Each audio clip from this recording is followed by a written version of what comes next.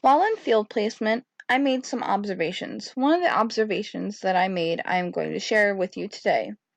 It was taken with anecdotal notes, which are notes that are written down as much as possible, describing what the child or student is doing, without any judgments at all.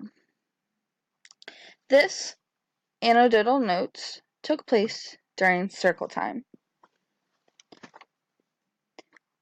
Touches whiteboard, moves paper on board, stands up when teacher says boys stand up, hands in pockets and moving back and forth.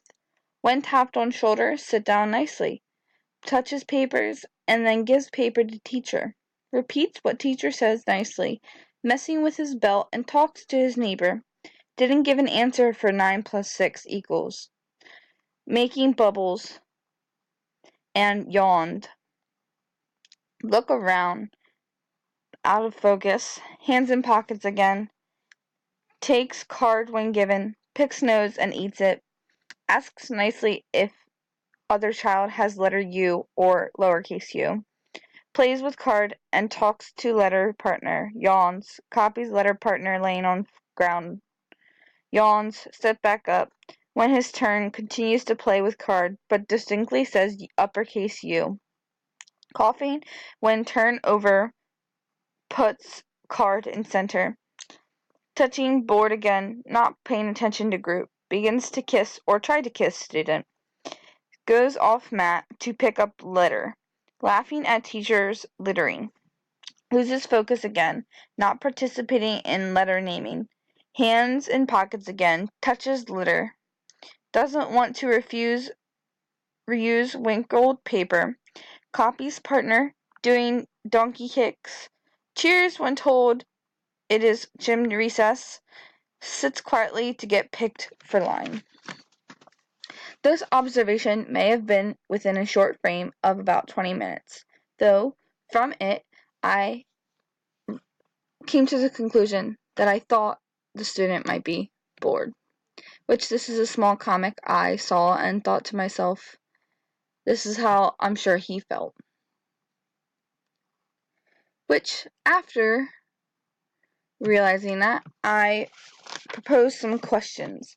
I asked myself, is he bored or is he just tired since he was yawning? And then I asked some more questions as to why didn't the teacher acknowledge this behavior? Was this something that could have been prevented? And my final question that I came to the conclusion with was, how can a teacher target every student's ZPD, or zone of proximal development, in an elementary classroom? Meaning, how can a teacher target every child and keep them entertained and engaged in the subject matter? So, it led me to some research, finding links and learning and practicing and proof, which led me to Vygotsky, which he talks about in this article about how play defines a child and that it's an engaging task and allows kids to learn through play. And they allow time to play in discussing their future actions. And using those play techniques, they plan things and make questions out of them, which made me think of this article that I read this week for class, which is holding on to play and reflecting on experiences as a playful K through 3 teacher, which goes on to explain why play is so important in the classroom and how, as a teacher, we at such a young level of 3 to 5-year-olds, we think to ourselves, why let them play all the time? Like, they need to focus on learning their ABCs and 1, 2, 3s, but in reality, they can learn all these traits through the usage of play and having a good time. And this is the most fundamental part of their lives.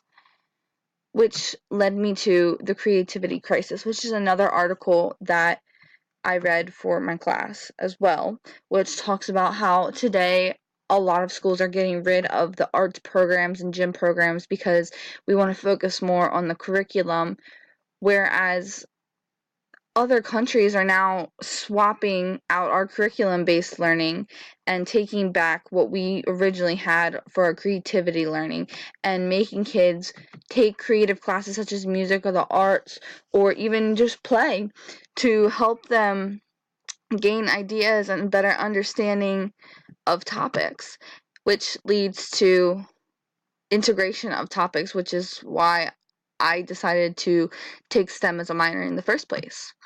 Which comes to my reflection. Play-based learning is the key to keeping our children having a good time and engaging.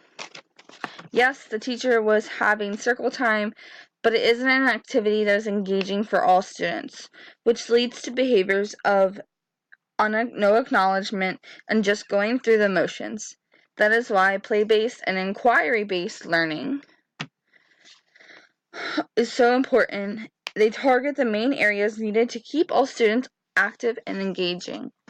And they also allow you to tie in what the students want themselves to learn about, as well as integrating multiple areas of subjects, such as social studies and science together, or even art and math. These situations can help kids better understand learning and keep them focused in the classroom rather than having them distracted or picking their nose or playing with a piece of paper on the whiteboard.